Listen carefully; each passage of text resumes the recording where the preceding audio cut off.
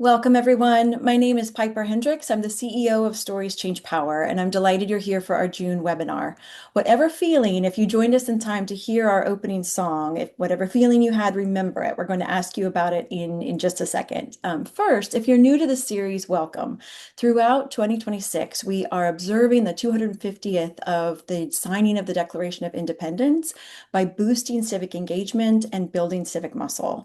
And we think of civic muscle as our ability to make a difference in our communities, our neighborhoods, and our country.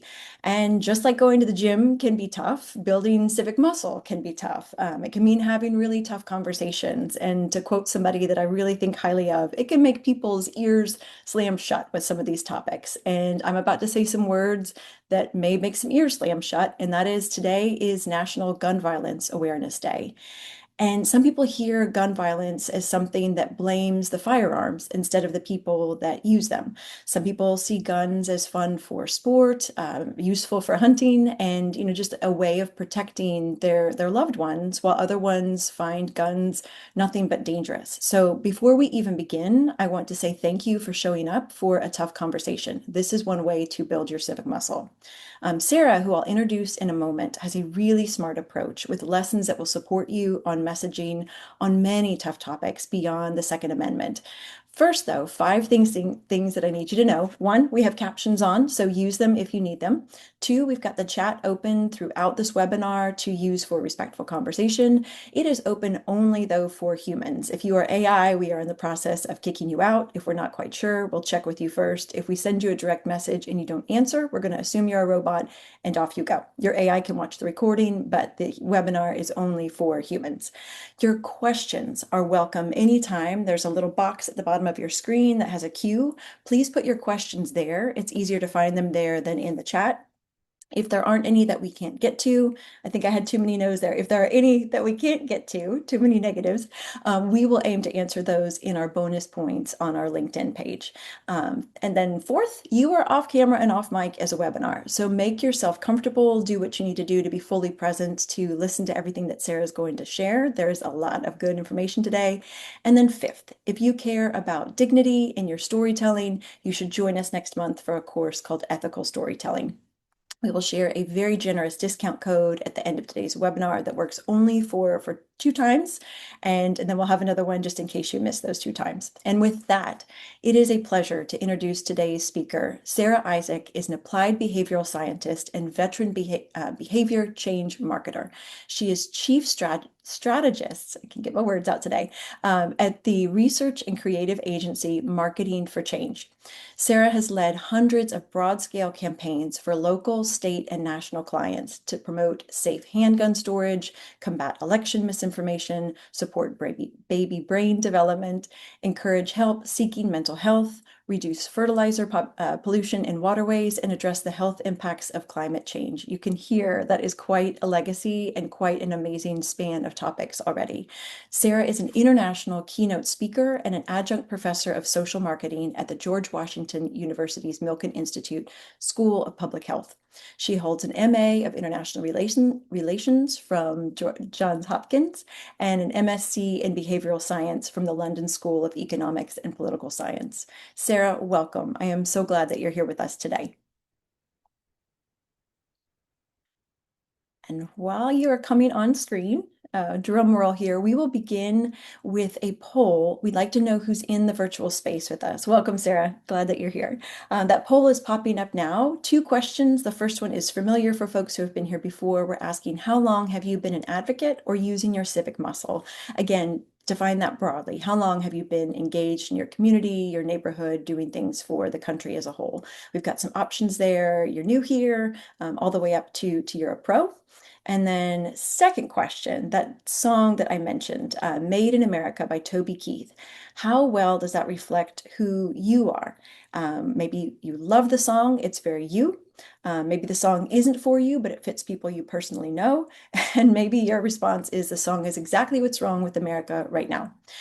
So we'll give a few more seconds for answers to come in. As always, if you are listening while driving, driving comes first, pay attention to the road, but we'll give folks a chance to answer these questions.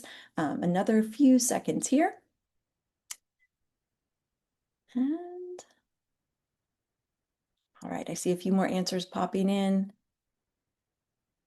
And if I cut you off, please feel free to put your responses in the chat instead. I have a feeling I'm going to cut some, oh, more, okay, 3, 2, 1, and let me end, and I will share these results. We have quite a few folks who are new, and then folks who have been here a good long while. So welcome to that variety. Oh, and Sarah, this is interesting. We have exactly a third, a third, a third. So again, brava to everybody who showed up. A third who love the song, a third who say it's not for me, but it's for people I know, and then a third that says exactly what's wrong with America right now. So thank you everyone for sharing. Sarah, I will turn over to you for a presentation, and I will come back for the Q&A. Awesome. So let's see if I can share adequately. Let's see. Are you able to see my screen there? We sure are. Yeah, thank you. All right. And then let me get Zoom moving where I can see you guys too, because I hate to just talk to myself. Great. So, well, I'm so glad you're here today. I have some things to share with you that I hope will spark some new ways for you thinking or reinforce some things that you're thinking already. So, I come again from a behavior change agency called Marketing for Change. We are slightly different from public interest communications, although we overlap. So Stories Change Powders is really rooted in that narrative approach, and we are as well. But we are also rooted in thinking about as all good campaigns do. How can we help people do the behavior that we're trying to ask them to do? So I'm going to just be a little bit wonky. I am a professor, an adjunct professor, and I love helping people think about behavior change. I also teach behavioral science. I teach an introductory class to biases online, and I love the light bulb moment when people realize that some of the ways they look at the world might be influenced by things that they weren't aware of. So this is really obvious, but if you watched the video that the Stories Change Power shared this morning, this one of the things they talked about is the information deficit approach, which is, it's obviously what's more healthy here, a carrot or a donut. And I have done focus groups on nutrition and healthy living across the nation, and pretty much anyone over age 2 doesn't know why that a carrot is better for you than a donut, but that's not really why people choose one or another. One of the things I like to say when I worked in a newspaper and Krispy Kreme opened, people brought in Krispy Kreme donuts routinely, and I ate more donuts than I've ever eaten in my life. And I'm fully aware of carrots, and actually usually like carrots a lot, but there were the donuts in front of me. So there's all sorts of things that go into why people choose to do what they do. There is knowledge. It can be a key gap, but as communicators, we spend so much time there. When there's other things, it's like, do they actually have the skills to do the thing you're asking them to do? Do they have the confidence that they can do it well? Do they feel like there's a reward? And behavioral science teaches us that small rewards now are far more powerful than bigger rewards later. Does it fit with who they feel like they are? How are you making them feel? Are you making them feel good or bad? Is that driving the behavior or not? Environmental factors mean things like, are there donuts in the newsroom? You're more likely to eat them. And social norms are very powerful drivers of change for your in-group. Who are the people you look to when you're uncertain about how to behave? And so from behavioral science, we learned this dual process theory of the mind. It's nothing new. It goes all the way back to Aristotle, but it's this idea that there's two different ways of thinking. And when I teach this, I love some of my students have actually felt like there's specific parts of your brain that are thinking differently. Kind of. A lot of it happens in our amygdala, where there's the flight or fight response. But essentially, we do have two ways of thinking. One is very automatic. It's very emotional. It uses what are called heuristics, these quick rules of thumb, so it can make sense of the patterns it's looking at. It's one of the reasons why 2 times 2 is 4 without thinking about it. But then there's this automatic, there's this more, the system 2 is the more thoughtful, effortful. It is the later part of our brain, the part that grew later. It's the part that does executive control, has willpower, and things like that. And the problem is, we think as rational human beings, because all of us think we are rational human beings, that we're all operating on system two all the time, when in fact, system one is in control far more often than we think that we are, even when we know about this theory and about more about behavioral science and behavior change. So, just like Piper said in her video, this idea of educating, of knowledge, is like we have something we want people to do. We say, what's in it for them? What should we tell them from our point of view? What do we need to get into their brains? Where a better approach can be, what should we offer them? Why would they engage with us? Where are the cross sections, the things where we agree, where the thing we're asking them to do might fit in with the values they already hold and the aspirations they're already trying to achieve? So it's moving a little bit away from an us them to an interaction, but in a very specific way. So the way we do it in our agency, and this is on our website at marketingforchange.com, you can look up the science. It's essentially 30 years of social psychology and behavioral economics work rolled into a framework. We're practitioners. We can't spend 2 years doing a study. We have to move fast. So we've looked at the common influence of behaviors. There's lots. There's 50, I think, in the Wikipedia has a codex of biases. It's really fun if you want to look it up. So there's lots of biases that and other things that drive what we do. But we've kind of categorized them in ways that we can quickly look for them in research and also apply them in our practice. And an easy way to remember, the fancy name is the Behavioral Determinants Framework, but an easy way to remember is fun, easy, popular. So fun is, do people feel rewarded, or is there a negative consequence that I'm going to feel right now? Risk works way less often than we think it will, especially if we're in public health.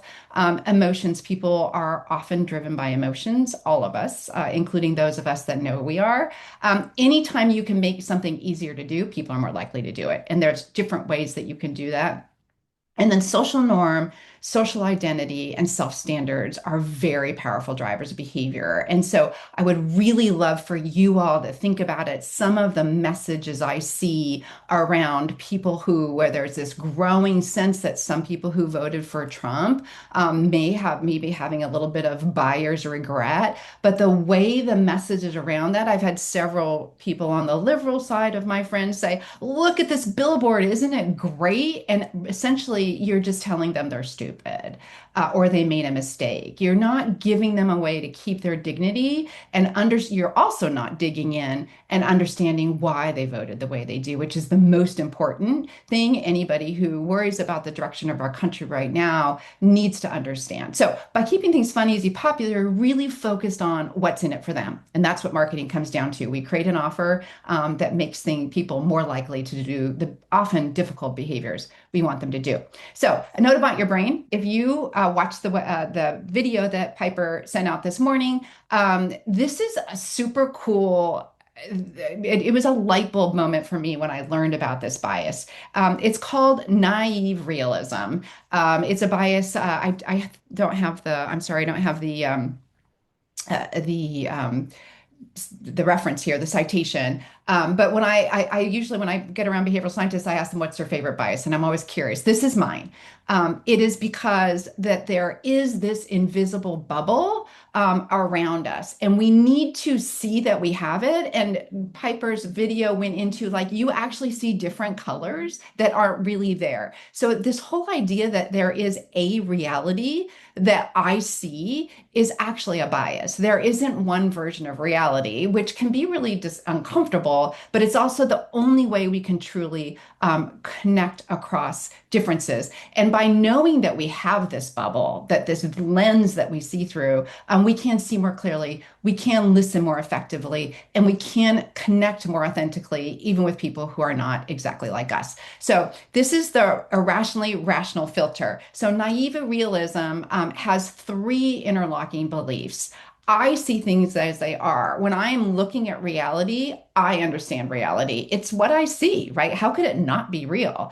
And the other thing is that reasonable people will be for me. One of my favorite terrible stories about this, which I won't go into a depth, involved a car crash with a young man who was fleeing from police in at night in a place in the South. He crashed because the way the police stopped him, he became a paraplegic. His case went all the way up to the Supreme Court, where Chief Justice John Roberts said, any reasonable person will understand that the police were doing the right thing. Of course, behavioral science took that as a challenge. They did a poll across the country and they found, in fact, there are people with different worldviews who saw the reason why that young man might flee. So that idea that even our topmost judiciary personnel who think that they are there to sort the facts can see the reality in a way that is influenced by their experiences, by their history, by their education, by who they hang out with, by what they listen to.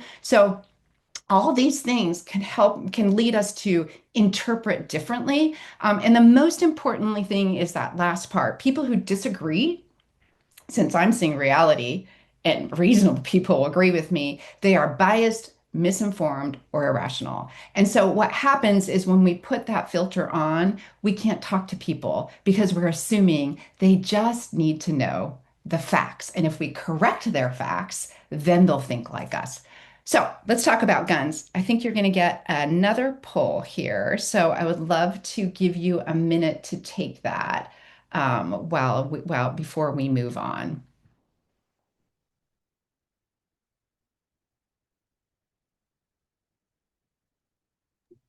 And Sarah, for the folks who are watching the recording, I'll just read the things that are coming in. That options we've got four are: I own a gun and I love it. I own a gun because I feel like I have to. I don't own a gun, but I may get one someday, and I will never have a gun in my house.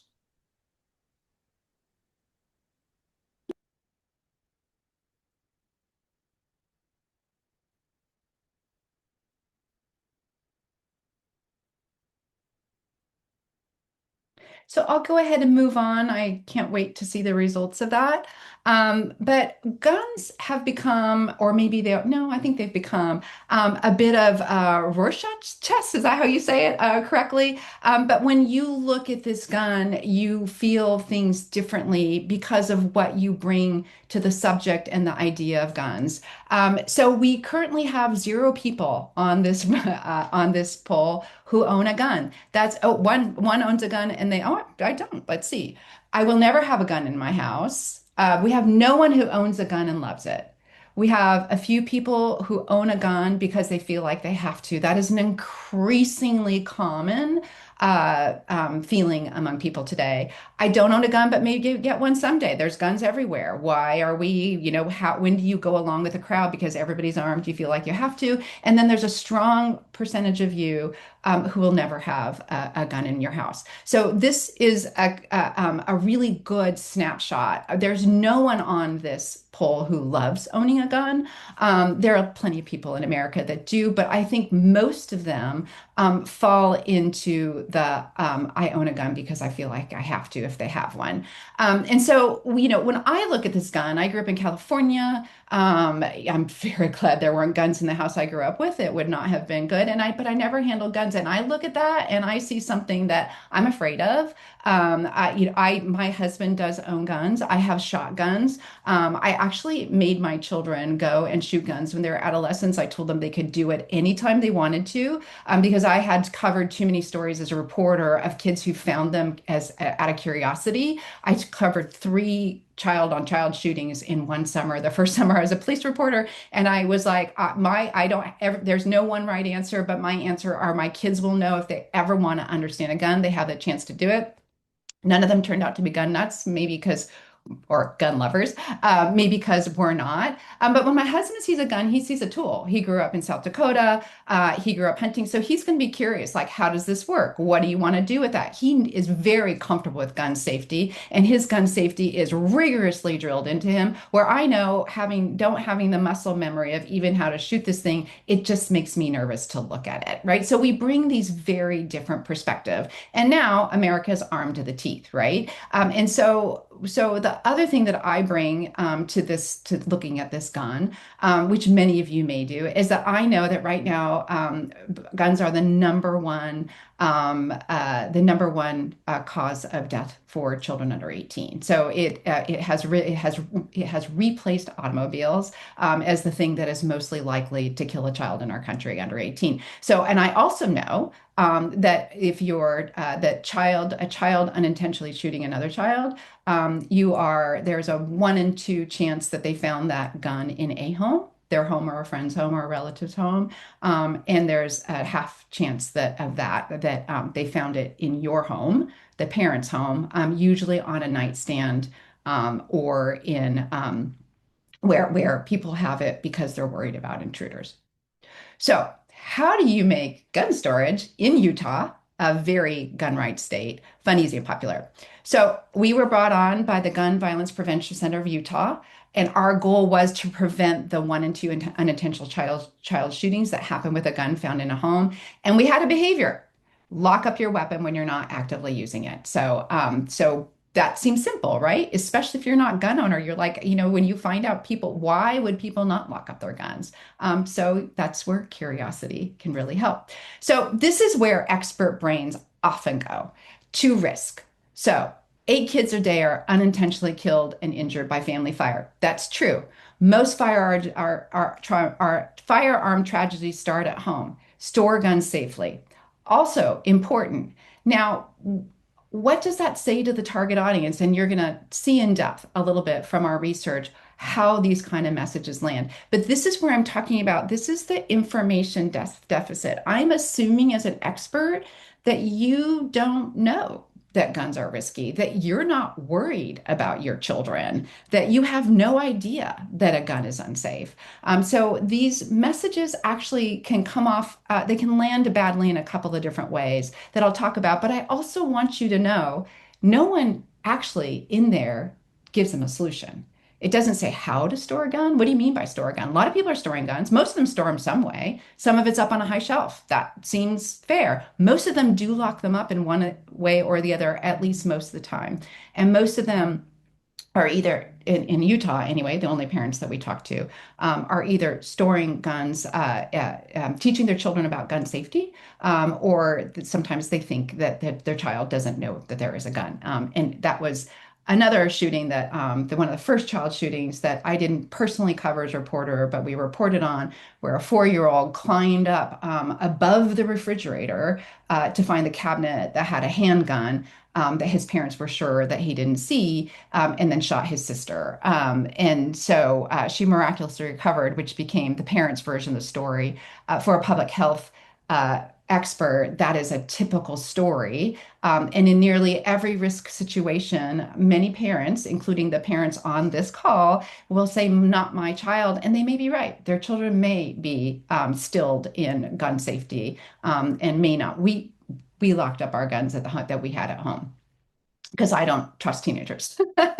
I don't trust children, and I don't want it around anywhere myself. So the problem, getting wonky again, is that people don't process risk like experts do. So we think, here's a risk, here's a solution, do something about it. But in fact, and you will see that you do this in your own life, there's this thing called the extended parallel processing model. It goes all the way back to 1996. But essentially it is, I give you a risk, and then you assess it in 2 different ways. You figure out whether you can do anything about it, whether there's an actual solution. Like get you afraid of of a virus, can you do something about it? Is there a vaccination or things that you can do? And then there's self-efficacy. Can I do something about it? Is the solution you're offering me something that I feel like I can do? And then there's severity and susceptibility. Is it severe enough? Do I really, I mean, we are drowning in risk. I'm at risk of sitting right too much right now, right? There's so much risk we are surrounded by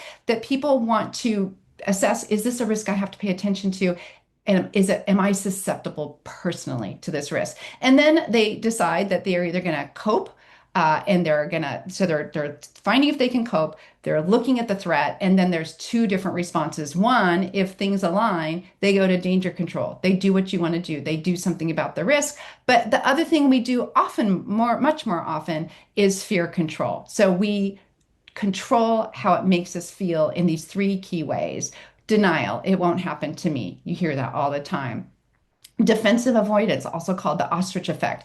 I don't want to think about it. If you look around, you yourself likely does this all the time. Reactance. This is the one we see a lot with parents in all across all risk messaging is, we're a country that judges parents endlessly. And so they get really mad really fast because everything is a risk and they're always the one that's responsible. So it's basically stop trying to scare me.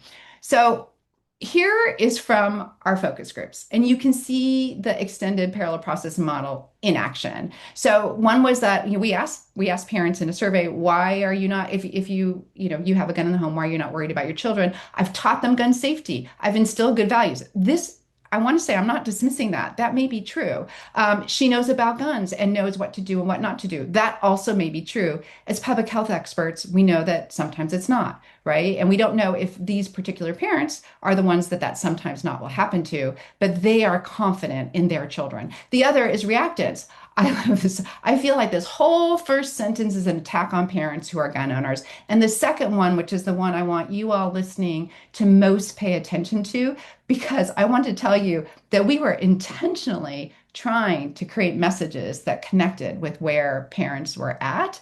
And this is one of the things they said, superiority. Whoever wrote this is superior to us as parents who know nothing. And if you are paying attention at all, I will give a shout out to Joan Williams and her latest book, which is about how the left lost the working class and what to do about it. But so many messages from educated, well-meaning people come off as scorn, messages that we have no idea landed that way. And so I fortunately wrote these messages, so I can't say, oh, those people, why didn't they write those messages? In fact, when I did the first round of messages, my creative director looked at them and she said, wow, we're being really neutral about gun ownership, aren't we?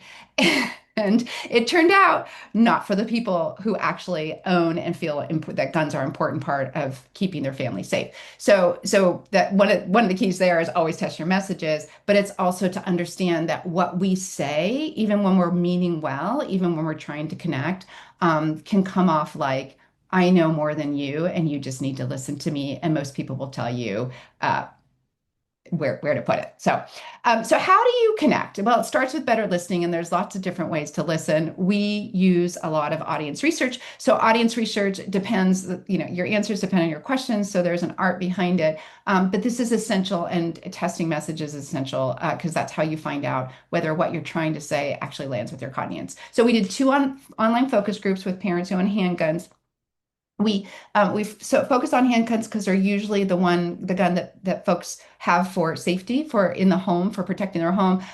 There are also more recent purchases. The purchase of the handguns have gone up a lot, and people in Utah with a hunting background tend to have very rigorous gun safety protocols, including safes for their guns. It generally, when a child shoots another child, not always, it's usually with a handgun found somewhere in the house tucked away. So we also did an online survey in handgun owners. We were focused on Salt Lake County, which is where our client is, and both parents, and mostly parents, and then non-parents who either sometimes or frequently had children in their gun. And so our goals were both to test creative concepts and to set baseline measures.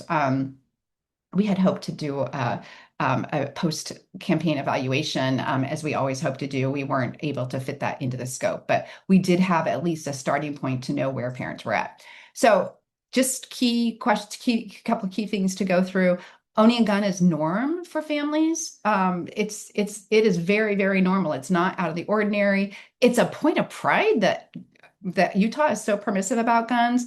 And nearly 9 in 10 parents said their child knew they had a gun or knew where the gun was, and that they are highly reactive to those messaging. So this is one of the first messages we wrote, trying to get at that idea that public health folks know most parents think their kid know better. And across every risk category, you say gasoline safety. My quote from a focus group is, "My kid knows not to play with daddy's gas." Well, it turns out some of them do, and then they get burned. So we know that this is a barrier, but how you talk about it can keep them from listening to you. So here's this from a mom. She says, "This whole thing just feels accusatory and negative. You're a bad parent, bad, bad, bad." And people generally don't want to pay attention and listen to a message when you're making them feel bad about themselves. So people own them to protect their home, and nearly 1 in 3 believe that they will need to use their gun against an intruder. So this is a real fear. This is not just, I have it just in case. You can look at the statistics and tell people. You saw this anyway. You've seen this in many places where people are afraid about something, and then people come back and argue the statistics and tell them they really shouldn't feel afraid or they really shouldn't worry about this problem. And people are like, "I'm afraid and I'm worried, don't dismiss me," right? So be really careful in those situations when you say, "But in fact, you're more likely to be harmed by the gun that you own than not." So you are giving a correct fact. It's been a while since I've checked that, but that's true. Most people own guns. They're more likely to have it used against themselves than to need to use it for an intruder. But that's not how people feel, and how they feel is valid. And they may be right. There are times when someone with a handgun with an intruder has fought them off. So dismissing it with the facts will not win their hearts and minds. And so they knew they had to lock up their gun. This is not knowledge. It's not, "Oh, should I lock up my gun?" No, they know they're supposed to, and they know safe is the best way to do it. But you can see that they're really afraid of access. Can I get to it in time? So 1 in 4 keep a gun in an unlocked location. These are people with children most of the time in their house or often in their house, including parents. So parents were more likely to lock up the gun, but they left them at least some of the time unlocked for various reasons. And the main reason is, I want to be able to access it in an emergency. You cannot dismiss that if that's the main reason that they have it. And then they have a number of other reasons why they might do it.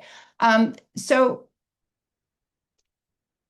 this was my favorite question that we asked and answer that we got from this whole slide. We asked parents, "What are you worried about?"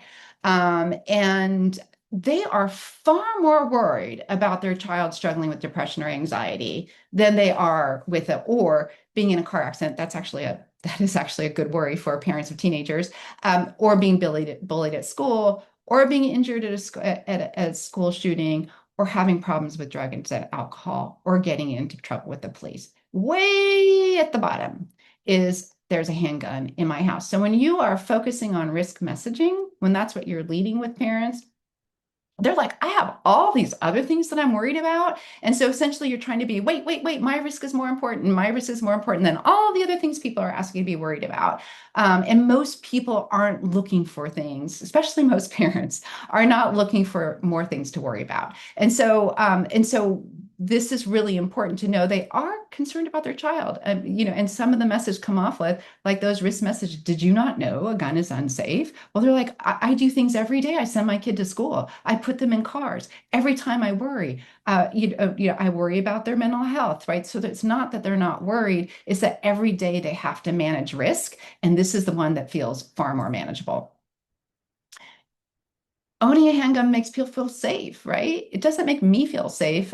There was one study, it's been a while back, but gun ownership often made women feel less safe in a home, whereas men, it made them feel more safe. But we had a mix of parents, men and women, and over half of them would not feel safe without a gun. So this is a key safety feature in their household for them, and you're telling them to be worried about it. And they only 1 in 6 worries.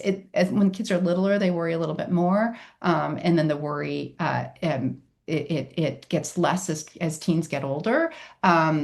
For maybe for good reasons, little kids are more likely to explore, but older kids, there are. I had one parent who was a gun owner of teenagers who kept all of his gun locked up. Were what he called a doer. And he said, I have teenagers. I'm keeping my guns locked up. But I had another gun owner who was worried about the solution that we'll talk about because he wanted to make sure his 10-year-old could have access to the gun if he wasn't there and the 10-year-old needed to protect the mom and the little sister. So just again, telling people that what they feel isn't valid isn't a good way for us to connect across differences. So recognizing that people actually feel safer by having a gun makes us need to be careful about how we talk about storage. So this is a potential win-win. Biometric handgun safes, they do, that you can use a fingerprint and or a code, right? So, and up to 20 fingerprints can be stored. They do have this backup code. It's small enough to store in a drawer. But there are many barriers about that. Parents didn't know about it or how it works. They worried about the costs. They're actually we got in trouble for that too. Only $140. And some people are like, $140 is a lot right now. Please don't tell me it's only $140. And then concerns it won't work. So there's just a lack of familiarity with it and a sense that they know their current method, their gun is available when they need it. This one they had concerns about. When we took the messages that we had originally run, or we originally tested, which were just some message frames, and then we turned them into these concepts that we tested in a survey, they did really well. So all four were motivating to help. So our process of listening helped us land with parents. They were rated as relevant and informative. And if any of you have done message testing, you know you don't usually have this big of a win. So we were managing to connect. And so you'll see, like, here is an ad with a gun. When we first had ads featuring guns, it makes some of us uncomfortable, right? But we really leaned into this thing we found in our research with both rights and responsibilities. This is very much something that is a right for Utah culture, which draws a lot from Mormons' sensibilities of both self-reliance and community care. So that landed really, really well. The other thing that landed on this is in this picture. If you're not a gun owner, you wouldn't know, but the person's the gentleman's finger is along the barrel. If you're a newbie like me, your first instinct is to curl your finger around a barrel or around the trigger. And everybody who knows anything about guns says, don't ever do that. You don't put your finger on the trigger unless you're willing to shoot it. So that the fact that we were showing proper gun care also showed that we knew about guns, and so that played well. And then again, we were trying to put the price in context. This is still a lot for a lot of Utah parents, like parents everywhere. They're struggling with cost. Tap to protect. This was really, we were trying to, people didn't understand what a biometric safe was, how it worked. And so the fact that it's so fast, like when we said, it's under a second or whatever it was. And they did appreciate this risk statistic because 3 kids died within a couple months of each other with the child shooting a gun at themselves or at someone else. Or I'm sorry, they didn't all die. There are 3. Oh no, well they did. They were all fatal. I've forgotten about that. So that made it more relevant. But we were also, if you see, we were giving them a solution. We weren't just saying store your gun. We're saying store your gun in a way that you can still have fast access to when you need it. And so the rights and responsibilities played well, but the others also played somewhat better or worse across the different groups of parents that we talked to. Obviously, the one with the little girl and their dad, which was focused a little bit more on this is a cheap way to get peace of mind, played better for young kids because because it features a young kid. All of them did somewhat well. You can see non-parents who don't regularly have kids in their home. That's less of a concern. It's also actually more of an issue. The grandparent or the uncle or the neighbor who just isn't used to kids and doesn't see any reason why their gun shouldn't be left out is one of the places where kids are likely to access a gun. But it's just these are just less relevant than for them because they're not focused on children. So our approach was to move from promoting a fear to supporting behavior. So look at the difference between these kind of dark and, telling parents that, there's this risk to giving them a solution and a behavior. And then I'm going to show you in the next slide how this is fun, easy, and popular. So popular, remember, is social norms and social identities. So most Utahns, this comes from our research. I think it was 85+% secure their guns, right? So that is a social norms messaging. And then we have the self-standard to protect their families. They have guns to protect their families, and then we are aligning that sense that they have, that responsibility they feel to protect their families with guns, with safe gun storage. We're also, you can see, so fun is rewards. So opportunity drawings were basically lotteries for free safes. And also we were able to partner with a safe manufacturer, the Utah Safe Manufacturing Company, and they offered a 5% discount. And then we made it as easy as possible. You could click on that, get a quick access safe. It went actually right to a branded page on the safe website where people could offer it. The cost is still a barrier, but the good news is that our partner, the Gun Violence Prevention Center of Utah, is giving away safes, and they've given away more than 900 so far at events. And in the events, they show a safe, they demonstrate it so parents get used to it, and then they raffle some off. And the good thing about that is research also shows that it's just like the coupon effect. You see a coupon and then you get in your brain that you're going to go buy this thing, and then you forget the coupon and you buy it anyway. So it's a little bit makes them want to have a safe a little bit more. But again, we have gotten more than 900 safes into the hands of parents that need them.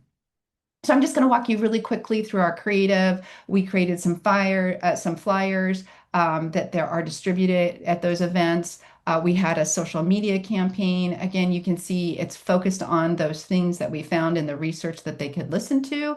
And then everybody loves swag. And the swag is, really focused on that fingerprint, right? So we're selling that it's a quick access.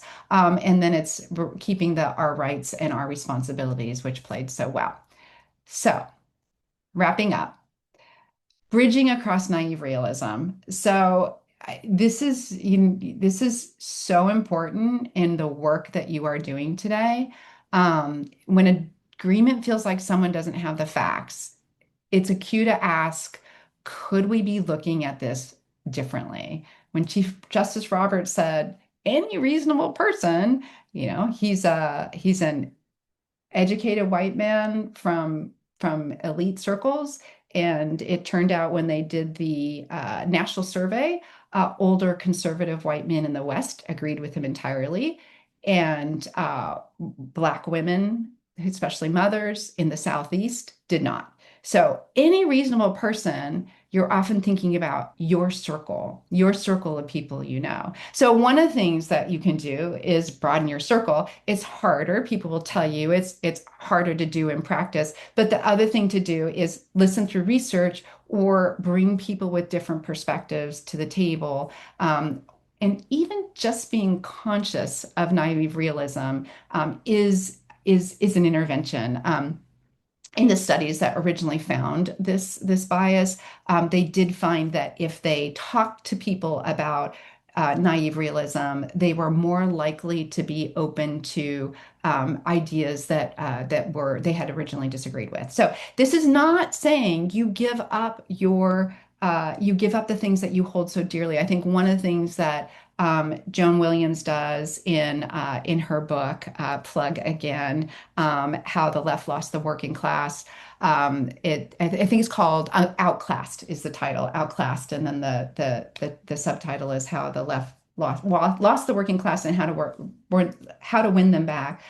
She just came out with a whole batch of new research that I looked at that showed just through changing how we frame messagings, just changing the way we talked about things, you could increase, like dramatically increase support for abortion rights, for climate action, for gun safety. We're not seeing how the way we're talking, like I said, when we first did these messages, I know that I am not a person from Utah who owns a gun. I have spent a lot of time out west with people who own guns, so I feel like I have a little bit of an understanding. But our first round of messages still came off like we're making you feel bad, we're telling you're a bad parent, and we're trying to scare you into action. So that reactance. So knowing that we thought we were being neutral, but by testing it, we could see that in fact our parents weren't feeling like the what we but that how we said what we were trying to say sounded different to the people who were hearing it. And so by testing our message, we were able to land on something that found sounded like this is relevant to me. This is something I can do. And this is something that makes me feel good as a parent, not bad as a parent. And one of the things social marketing in particular, but I think risk marketing in general has, I think, for the most part, moved away from a lot of just making people feel bad about themselves. But when you speak of ethical storytelling, a plug for Piper's upcoming workshop. But part of it is like, what are we giving people with our campaigns? Are we just giving them another negative thing, another something else to ratchet up the anxiety to make them feel so that we think it will trigger this one thing? Or are we finding ways that we can help them achieve their goals in a way that matches the kinds of things we want to do? So, just to keep this naive realism in mind as you are approaching ways to talk to your audiences, and make sure that you remember that naive realism may be in play when if you are certain that people just don't know the facts. Just check yourself and see if maybe there are just some different perspectives at play. So with that, I'd love to take some questions.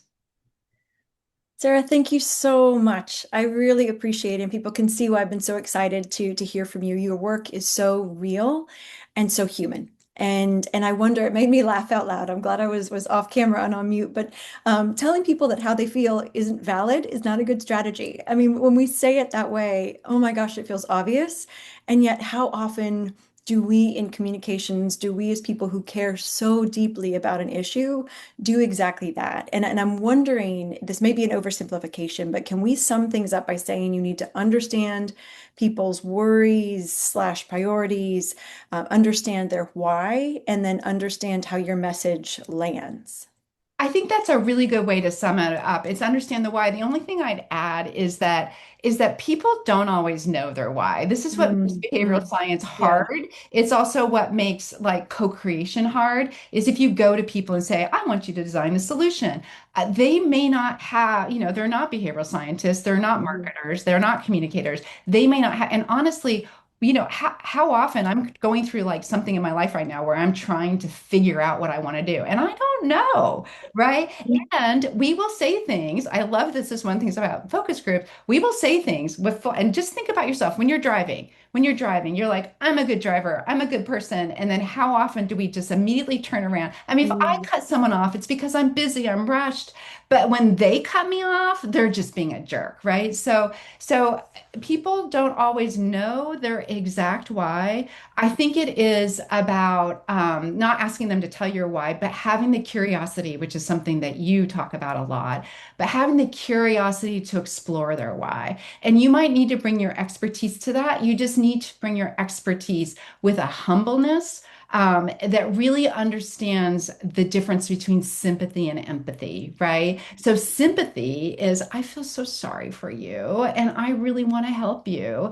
And it is really paternalistic and honestly elitist. Whereas empathy is like, I am doing my best to walk in your shoes. I probably can't Mm. ever, but I'm going to center myself in your story. That doesn't mean I'm going to take your story and do exactly what you say your story is, because I'm also an expert in the solutions, but I need to craft the solutions and frame them in a way that makes sense to you, that matches your values, your aspirations, and doesn't make you feel like you're stupid Yeah, yeah. or a bad parent. Yeah, no, absolutely. And we've got a question coming in the Q&A. I'd love folks, as you've got them, please put them in there. I'm going to start with one of mine and then go to the Q&A. Big picture, as I mentioned, in 2026, we're focusing on helping people build civic muscle. What would you say to someone who says, how can I be part of making the United States just and peaceful for everybody without exception in the next 250 years? It's a big That's question, I know. such a big question and such a great question. And I'm going to answer it as I often, possibly too often do, with a story. So, way back in the day, so this was way before Black Lives Matter and way before questions about race in the country was brought to the fore. I was tasked with two interns, all of us white women, to go into Tallahassee and knock on doors and find out if people had a smoke detector. So we were in the what was then called the bad neighborhood, which just Mm. basically means the low income neighborhood. And it had a good amount of people of color. It wasn't a completely one group or another, but it was so what used to be essentially called a bad neighborhood. So it's just a low income neighborhood in Tallahassee. And as we went door to door, so we're going out there, three women, and we swore to ourselves we would not go inside because that was not safe. And it was the middle of summer in Tallahassee, Florida, and it was so hot. We were dying. You're talking about with the humidity, it was probably 106, and we're Mm. walking door to door, and every door we knocked on, a billow of air conditioning would Oh, flash in. And they weren't going to stand there with their door open, right. air conditioning the air. So the first time someone asked to come in, we said no. The second time, it was this nice older woman. We're like, this is probably safe. We went inside, and after that, we went inside every house. And it was this whole cross section of older Black residents who lived there for generation, newer white students who lived there because it was cheap housing, and then a whole mix of other things. And what fascinated me was every single person told us to be careful. They're like, this is a dangerous neighborhood.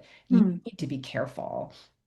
And every single person was so nice to us. And we didn't feel threatened once, but they felt threatened in their own community. Now, I'm not saying they're not without reason. I wasn't there at night. Maybe we just lucked out. But I also think that so often we are colored by the bad things, which do exist. I do not want to, I'm very careful. Even as an older female, I'm very careful about where I walk, how I walk, what's around me. I'm conscious of safety. I think you have to be, but we're so sure that other people are bad people. And there's polls that show Mhm. it. We now more than ever, Americans think that other Americans are not good people. And I also another story reading about a guy who on a lark, I think he was Australian, walked around the world. And he just like he it was like a bar bet with his mates, and he ended up walking around the world. And someone asked him as he was finishing up somewhere in South America what his key takeaway, and he's like, "People are so kind." And Mm. so, we are in our houses, we are on our phones, we are inside our news bubbles, we are not interacting with our behaviors, we are not going into spaces that make us uncomfortable. As a reporter and a researcher, I am forced to go into those spaces. I go into homeless shelters. I talk to people, almost all who are underserved. I hear their stories live in me. I'm lucky because of that. But if you don't have that, Mhm. it's really, really hard. So basically, I would say we need to be. Nelson Mandela says optimism is not a feeling; it's either said it's a verb or an action. We need to be optimistic about America because America is great for all the reasons we're not talking about, because we are a country of immigrants, because we are open to new ideas, because we are a melting pot. I just want people to carry that optimism in your own lives, that you're not battling the forces of evil. Maybe you are, but for the most part, you're trying to connect with real people who have real concerns that have not been listened to. So, how do we listen better without ever losing sight of what we know needs to be done, if that makes sense? We're not asking people to put aside their values, we're asking them to think about and talk about them in ways that connect with people who would actually benefit from them. Yeah. We'll include two things in the resources that the study you mentioned that is so disheartening about our views of each other as Americans here in the US. And then for a little bit more levity, I'll include an awkward Yeti cartoon that shows how our brains tend to focus on the bad when there's also actually a lot of good out there. So look for that in the follow-up email, everybody. A question from the Q&A here. Jeffrey asks, how would you do the frame for the message you talked about if you wanted to reach adolescents instead of parents? That is a great question. And I'm going to tell you, I don't know because I have not done research with adolescents. Okay. So I would do a lot of thinking. We've done a lot of work with adolescents. Adolescents' brains, as you all probably know, are developing. They are very impulsive. They're just at a unique stage of their lives. And so I would need to do a lot more research. But what I would not do is take this message and go to them with that. And that is one of the hardest things we do, is that I do think it's so key to listen before we go. And most people don't want to take the time. Either they're in a rush or they don't have the money and they're pretty sure they know the solutions. So they're like, let's just get the message out. But I'd have to spend a lot more time with adolescents to get at what would help them. And I would assume it had a lot to do with norms, like are the kids around them using guns, holding guns, I'm sure it's different from adolescents across the country. So yeah, so I'm just gonna say it's a great question. I hope someone's doing it out there, but I don't know. And a good flag as we design our studies and our work as much as we can to build in that time and build in the budget to get into the why. Because a lot of times we have this urgency, including in communications. We want to respond to it right away. And having that space and the funding to dig in more is really helpful. So, another question here from Patricia. You said that limitation for co-creation is that people do not always know their why, and that the best recipe to bridge naive realism is curiosity, being humble, and listening. If listening sometimes does not get you to the point that people may begin to understand about the others, or their own why, do you have recommendations for how you can get there? Like, how do we move toward understanding each conversation and the why behind it? That's a big question. Another big question. Yeah. Yeah. Um, let me, it was such a long question. Can you And that? yeah, and what we might do, I'm noticing the time. So one thing I do love putting the bonus points in our LinkedIn. So Patricia, we will loop back to you on LinkedIn with more of an answer, if that works for you, Sarah. Mhm, Okay, absolutely. Uh, good, good deal. Yes. I will just say it's one of the things is that, I have a bias myself, which is that I'm a behavioral science researcher. So I always want to start with research. But it's in that question, um, Tom, it's the people who hear you more clear if they're the ones speaking. It's not just about they're the ones speaking, it's that they feel like they landed to you. And if you've done any bridging work, which I highly recommend, it is really hard. I did a week-long bridging workshop, and it's one of the hardest things I did because it is asking you to be so vulnerable. And what you do in bridging is you stop from one of the things you do is it's called getting to the bullseye, and you reframe what you've heard. So you're saying, let me tell me if I've got it right. So you're not saying, oh, what you're saying is this, like you have told me this. Let me know if I've got it right. And the nuances when you don't have it right, are amazing. In my little session, there was a woman who we were given the question of trigger warnings for students, which I don't like. I want students to be resilient, but I hadn't thought about why I don't like them. It turned out because I don't like students to be resilient. I couldn't have articulated at the time. Speaking of when you just ask somebody a question, the answer they give you may not be the right one. But then a woman told me a story, which I won't share, but it was a very personal story about a situation where she walked in after being very raw from an experience that she had had and was given something that she then had to react to in the moment. So what I came away from was not that I won't give trigger warnings, but I will still ask my students. I mean, they're public health students. They're going to have stuff that's triggering.